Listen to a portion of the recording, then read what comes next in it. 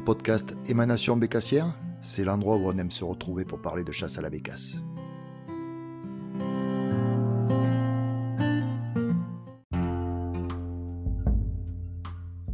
Bonjour à tous, c'est Franck Delmonteil, on se retrouve pour cet épisode numéro 4 du podcast Émanation Bécassière. Aujourd'hui, un fil rouge, le livre Sublime Bécasse de Haute-Auvergne écrit par Jean Pommier. Ce livre va nous servir de guide pour rejoindre l'Auvergne et plus particulièrement le Cantal. J'espère que vous êtes bien installés, que vous avez les écouteurs sur les oreilles. C'est parti pour un voyage en Haute-Auvergne à la suite du livre de Jean Pommier, Sublime Bécasse.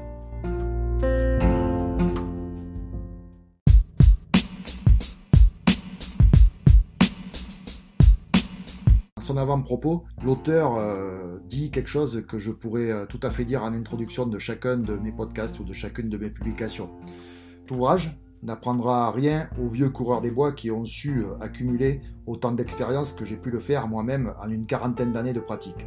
À cela, je demande toute leur indulgence. J'espère seulement qu'ils prendront quelque plaisir à revisiter leurs souvenirs, à comparer nos savoirs, à confronter nos opinions. Quant aux autres, jeunes bécassiers débutants, chasseurs plus confirmés et attirés par cette quête, écologistes au sens littéral du terme, peut-être trouveront-ils dans ce traité le début d'une vérité souvent incertaine qui les aidera à pénétrer le système de Scolopax rusticola.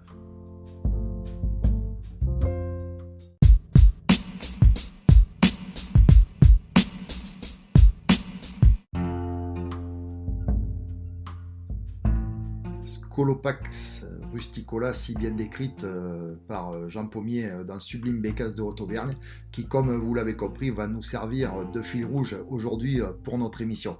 Et donc, pour commencer, on va recevoir un sportif. Je vais vous le présenter tout de suite après un hymne musical.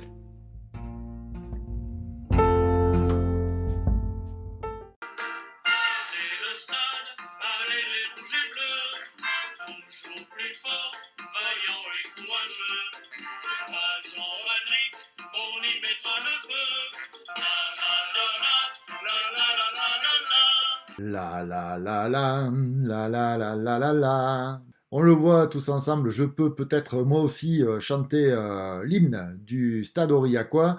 L'hymne du Stade Aurillacois qui va nous permettre d'accueillir mon premier invité pour ce podcast d'Émanation Bécassière. Mon premier invité, c'est Quentin Guibert du Stade Aurillacois. On le retrouve tout de suite. On va retrouver donc tout de suite Quentin Guibert. Salut Quentin. Salut Franck. Comment vas-tu? Impeccable, et toi? Eh bien écoute, ça va, ce mois de février un peu pluvieux. Donc Quentin, toi tu es joueur de rugby, tu fais partie de l'équipe pro du stade Aurillacois. Tu joues à quel poste? Ouais, tout à fait. Alors moi, je joue pilier gauche. En règle générale, je dépanne un petit peu à droite, mais c'est très rare. Mais plutôt à gauche, ouais. Numéro 1. Et ça fait combien d'années que tu joues au rugby? Je crois que c'est ma 17e saison, quelque chose comme ça. Rappelons Quentin que tu es jeune homme quand même encore. T'as quel âge? J'ai 25 ans. Je vais avoir 25 ans au mois 25 d'avril. ans. Le bon âge, Ouais. le bon âge, la fougue. Comment ça se passe la saison au stade Aurillacois? Ça se passe pas trop mal. Écoute, on arrive à se tenir pas trop mal au classement, même si c'est très dur. Ça devient de plus en plus dur, le rugby professionnel, mais bon, on s'accroche. Vous êtes combien au classement là en ce moment? On est à peu près au milieu, on est pas mal là pour l'instant. Ça devrait aller. Donc Quentin, revenons à la bécasse. Tu chasses depuis quel âge? Je chasse depuis très jeune avec mon grand-père. J'ai eu le permis tard.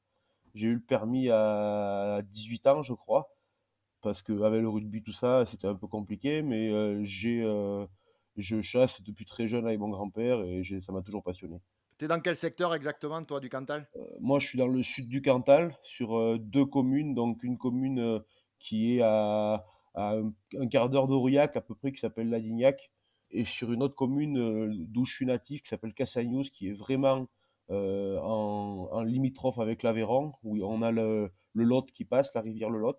C'est mon coin préféré, c'est vraiment très rocailleux et ça penche beaucoup. J'adore chasser là-bas.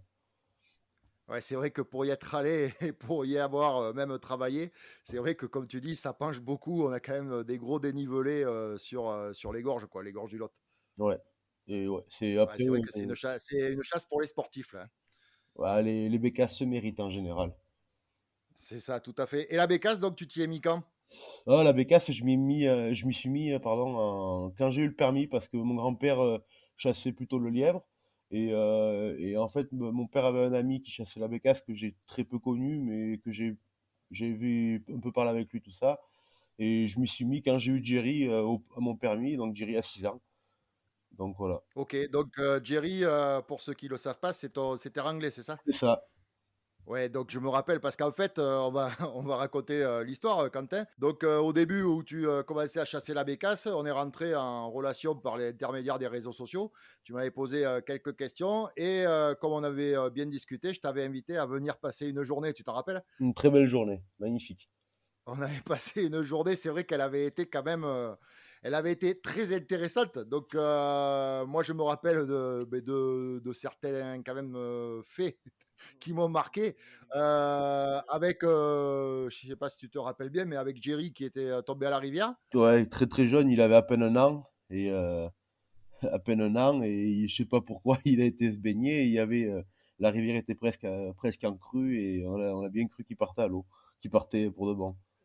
Ça nous avait, animé un peu notre moment, sur le bord de l'eau et après, et beh, on avait quand même, enfin j'avais vu, je sais plus si toi tu l'avais vu, mais moi je l'avais vu et je l'avais bien loupé, une bécasse avec, les ailes blanches. Ouais, moi j'avais tiré à la fin très loin, j'avais les chiens devant, c'était pas très pratique. On l'avait manqué, mais par contre, ouais, on avait vu une belle aile blanche et une journée magnifique. C'était les premières bécasses que Jerry avait vues. Et c'est vrai que ça l'avait beaucoup aidé de passer cette journée avec Jet et Indiana, qui avait été énorme. Ouais, c'est vrai qu'ils avaient pas été mauvais. Ton chien, beh, il avait été, bon pour un chien de son âge, hein, il faut qu'ils apprennent. Mais c'est vrai que c'était quand même une journée très particulière et moi, c'est la première fois de ma vie que je voyais une bécasse avec les ailes blanches. Je pense que c'est ça qui m'a un peu perturbé aussi et beh, en fait, on l'a bien loupé. Je sais plus combien on avait vu d'oiseaux et est-ce qu'on en avait prélevé, tu te rappelles? On n'avait pas pris le mot d'oiseau. Je crois qu'on avait travaillé 5 ou 6 oiseaux qui étaient très durs. On n'en avait pas vu beaucoup, beaucoup d'arrêts sur place chaude, mais par contre, ouais, on avait vu un très beau territoire qui changeait beaucoup de chez moi. Et cette bécasse et quelques gamelles, quelques conneries, on avait bien rigolé. Ouais, c'est vrai qu'il me semble que j'avais pris une belle gamelle, moi, ouais. Dans la boue, ouais. Ça arrive, c'est ça la chasse Ouais. à la bécasse. C'est pas en centre-ville en Non, là, principe. c'est sûr. Bon, ben écoute, ça c'est super. T'as fait une belle saison, toi, Quentin, là, cette année? J'ai eu une saison un peu compliquée parce que déjà j'avais été un peu blessé en début de saison à une cuisse et après à une cheville, donc je pouvais pas trop marcher. J'ai quand même réussi à chasser. Après on a eu le confinement, donc je suis sorti sans arme parce que j'habite vraiment à quelques centimètres de mètres de mes premières remises, donc j'ai réussi à sortir sans arme, à voir pas mal d'oiseaux. Et après on a eu beaucoup de neige chez nous, donc ça a été un peu compliqué. Je sortais un peu moins le chien. Mais j'ai vu quelques oiseaux. Mais pour moi, la saison est quand même moins bonne que l'année dernière. Où l'année dernière, j'ai vraiment fait une très très belle saison avec beaucoup d'oiseaux, beaucoup de passages et vraiment une magnifique saison l'année dernière. Cette année, un peu plus compliquée et j'ai trouvé que les oiseaux étaient un peu plus durs que l'année dernière pour moi. Ouais, c'est vrai que bon, cette année, avec le confinement et tout, ça a quand même été bien particulier. En plus, comme nous, tu as eu la neige derrière, hein. Le Cantal, c'est un département quand même en altitude. Donc, vous êtes comme nous, soumis aux chutes de neige. Dis-moi, au stade Aurillacois, il y a d'autres chasseurs que toi de bécasse ou pas? De bécasse, non. Il y a un chasseur sud-africain, Didier Tison, qui chassait un peu en Afrique du Sud et à Oyonnax à l'époque, mais qui est pas trop intéressé par la bécasse, c'est plutôt un chasseur de sanglier, plutôt au poste, vraiment un tireur. Après, les chasseurs de D'accord. bécasse, il n'y en a pas beaucoup, non. J'espère. Faut que tu les motives. Ouais, mais j'en prends quelques-uns avec moi, mais ils sont. Parce que moi, j'ai une paire de chiens courants aussi, parce que chez moi, il y a beaucoup de sangliers, donc vu que j'ai pas mal de temps avec le rugby, j'ai quelques après-midi de libre, j'arrive à peu près faire un peu les deux, même si je suis plus souvent à la bécasse, mais les gars sont quand même plus intéressés par le gros gibier, et c'est un peu dommage, parce que la bécasse, c'est vraiment une chasse magnifique, et j'espère que j'arriverai à leur faire changer un peu d'avis. Eh bien, écoute, on espère, nous aussi, que tu fasses découvrir notre passion. Je te remercie, je te souhaite une bonne fin de saison avec le Stade Aurillacois. Je vous souhaite de bons résultats et peut-être au plaisir de se rencontrer à Jean-Alric ou dans les bois. Avec plaisir, Franck. Merci beaucoup. À bientôt, Quentin. Salut, Salut. merci. Salut.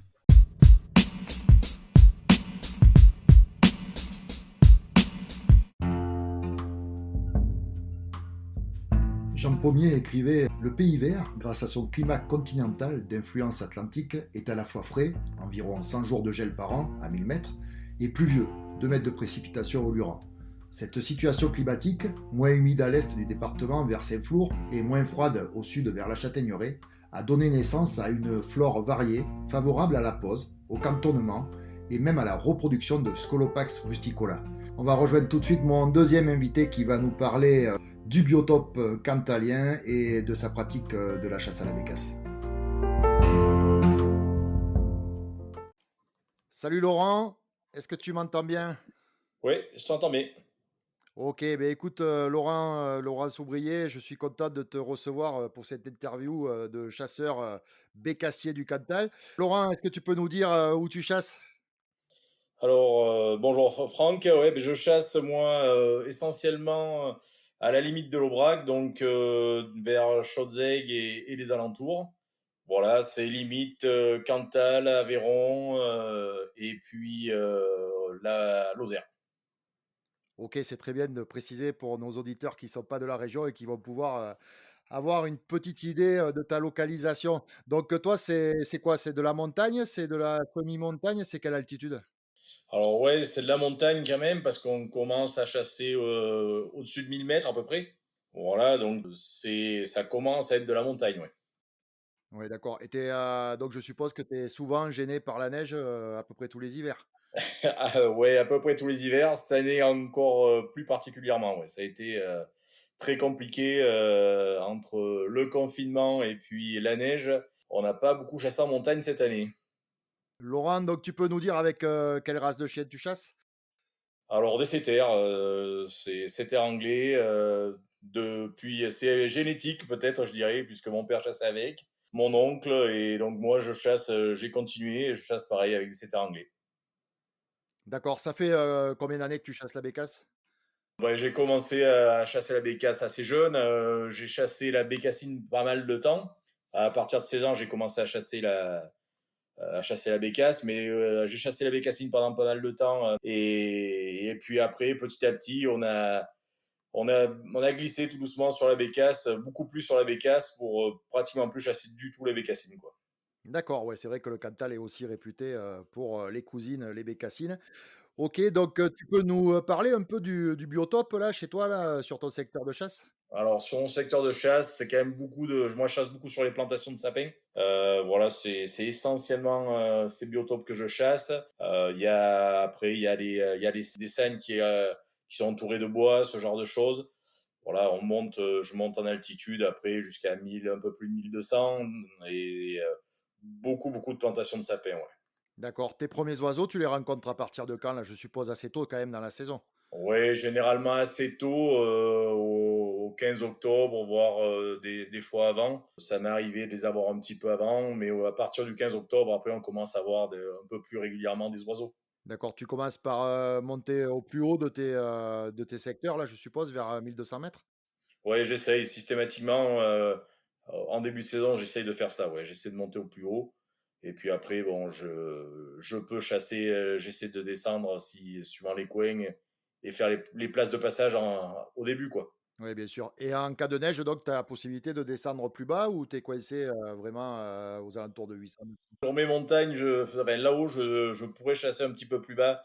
Je peux chasser un petit peu plus bas, mais c'est vrai que j'y vais pas beaucoup. Après, moi, j'ai la chance de pouvoir chasser aussi un peu plus bas, donc sur la commune de Siran, donc qui limite avec le Lot.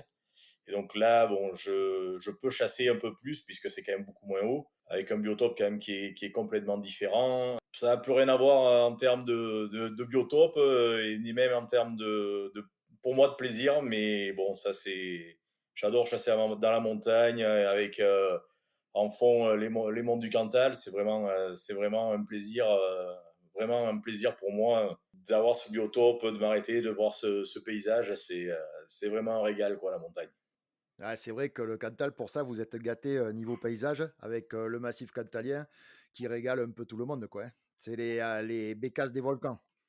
Ouais, c'est vraiment un plaisir. On a la chance d'avoir un pays qui est quand même qui est assez varié. On a les montagnes de la moyenne montagne, on dira, et qui est quand même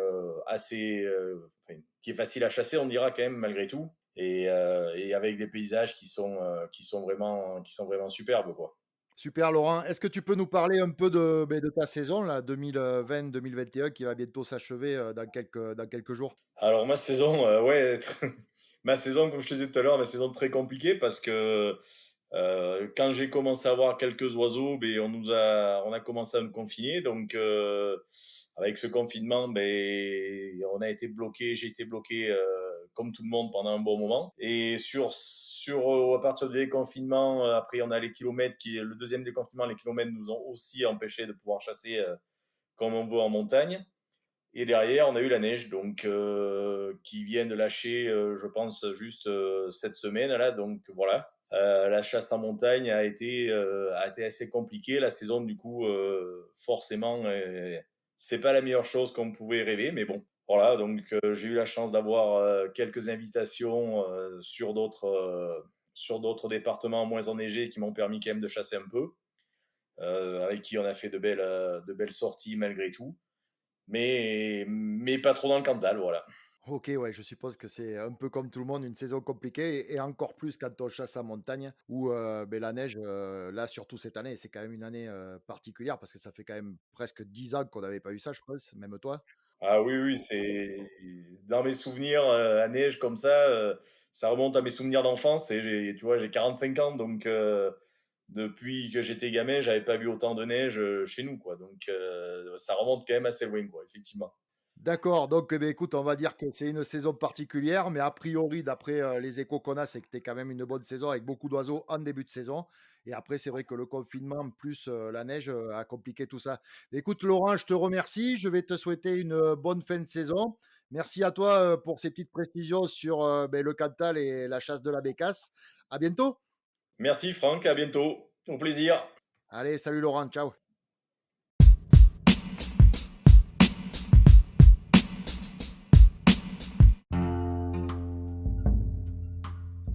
Une dernière petite citation tirée du livre Sublime Bécasse de Haute-Auvergne. Ce n'est pas une petite affaire que de tenter de défendre la chasse dans un monde où elle est de plus en plus controversée. Commençons par montrer plus de solidarité confraternelle. Faisons en sorte que le sentiment d'appartenance anime notre pensée et notre action. Que notre passion commune soit notre ciment et non l'aiguillon de nos divergences. Qui mieux pour défendre la chasse que le président de la Fédération des chasseurs du Cantal, Jean-Pierre Picard, qu'on va retrouver tout de suite. C'est mon invité, mon dernier invité pour cet épisode numéro 4. Bonjour Président, merci de nous recevoir à la Fédération des chasseurs du Cantal. Est-ce que vous pouvez rapidement nous présenter donc la Fédération des chasseurs du Cantal dont vous êtes le président et la chasse dans le Cantal en général? La Fédération du Cantal est une association loi de 1901, comme toutes les fédérations, bien entendu. C'est une fédération à ACCA obligatoire, c'est-à-dire qu'il y a une ACCA par commune. Donc, on a 257 communes, donc 257 ACCA. D'accord, donc 257 ACCA, ça représente combien de chasseurs? Alors, tout ça, ça représente 6800 chasseurs. 6800 chasseurs sur le département. Donc, par rapport au nombre d'habitants, ça fait quand même une grosse population qui chasse. Par rapport au nombre d'habitants, c'est important, oui, cela représente 4,73% de la population. Et si on le compare aux départements voisins, l'Allier, par exemple, ce n'est que 2,7%. La Haute-Loire, 2,56%. Puy-de-Dôme, 1,80%. Et le Rhône, 0,45%. D'accord, donc on peut dire que le Cantalien est chasseur. Dans le Cantal, peut-être plus qu'ailleurs, la chasse représente un loisir qui est très apprécié. D'accord. Au niveau de la bécasse, dans le Cantal, c'est combien de chasseurs? Vous avez un ordre d'idée avec les nombres de carnets que vous délivrez et leur retour? Oui, bien sûr.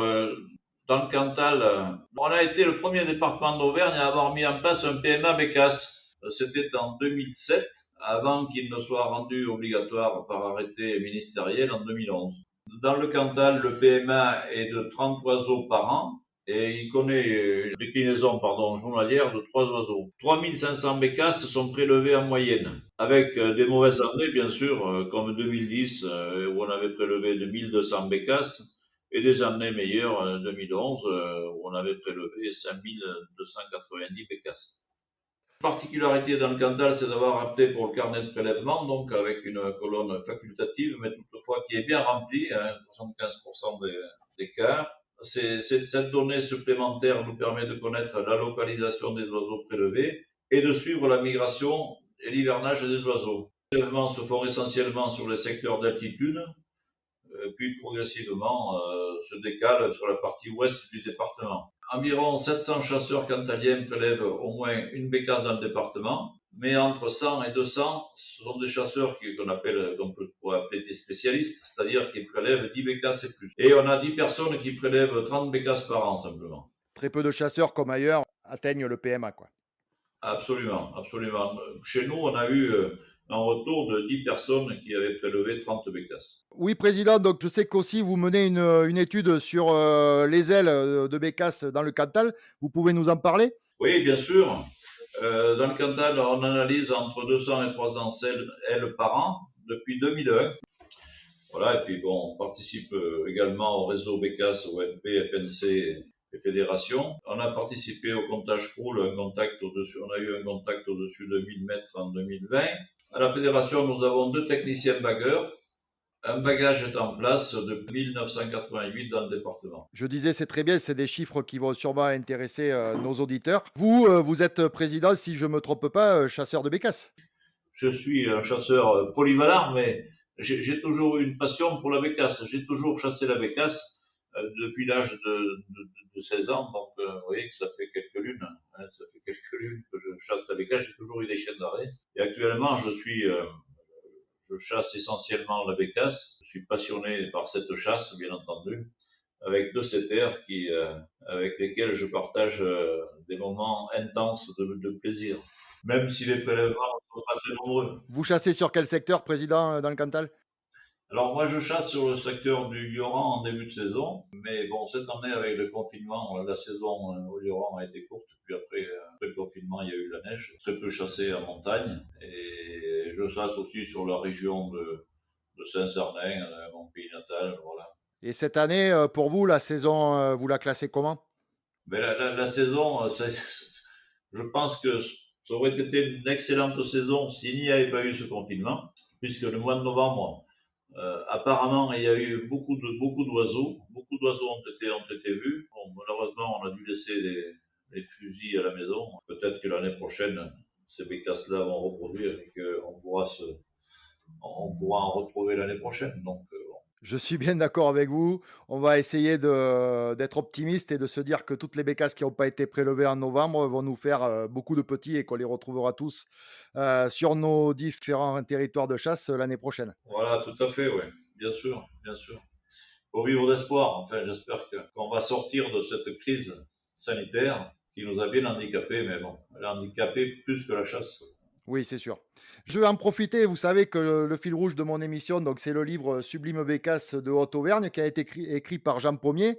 Et lorsque je vous ai invité à participer à cette émission, vous m'avez parlé que Jean Pommier était votre cousin. On peut avoir quelques nouvelles de Monsieur Pommier? Écoutez, tout à fait. Je lui ai fait part de votre appel. Je viens de l'avoir au téléphone pendant près d'une heure. Bah, écoutez, je crois qu'il a fêté ses 80 ans cette année, mais il va parfaitement bien. Et voilà, il avait écrit ce livre en 2002, si ma mémoire est bonne. Et bien sûr, j'ai été un des premiers à le recevoir, puisqu'on a eu l'occasion de chasser ensemble. Ok, ben écoutez, moi j'essaierai de le joindre parce que son livre, je le trouve particulièrement bien fait, écrit en 2002, mais on pourrait tout à fait l'écrire aujourd'hui. Je trouve que les termes employés sont vraiment contemporains. Ça me fera plaisir d'avoir des nouvelles de lui. Président, je vous remercie pour cette interview. Je vous remercie de nous avoir accordé un peu de temps et je vous souhaite une bonne fin de saison ainsi qu'à tous les personnels de la Fédération du Cantal. Eh bien, écoutez, c'est moi qui vous remercie de m'avoir appelé. C'est vrai que on s'était déjà rencontrés il y a bien longtemps dans d'autres circonstances. Voilà, et j'ai eu plaisir à bavarder avec vous. Bonne fin de saison à vous À bientôt. À bientôt, Président, au plaisir de se voir. Merci.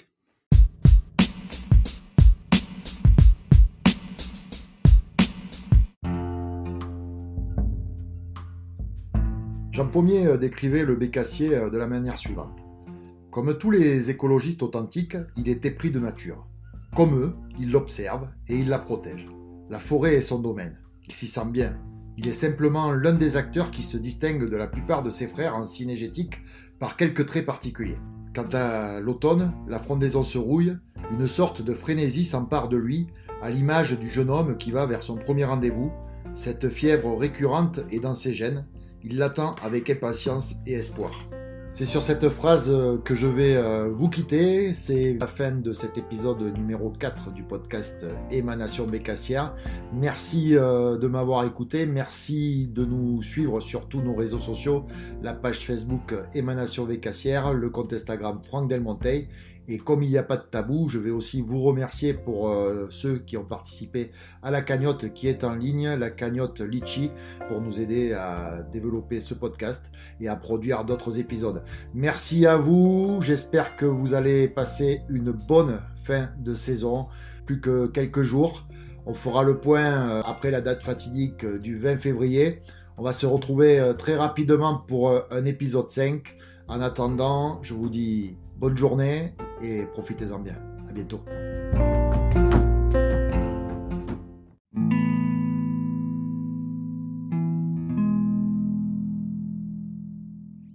Cet épisode est dédié à mon ami Michel Péral, bécassier du Cantal, parti trop tôt.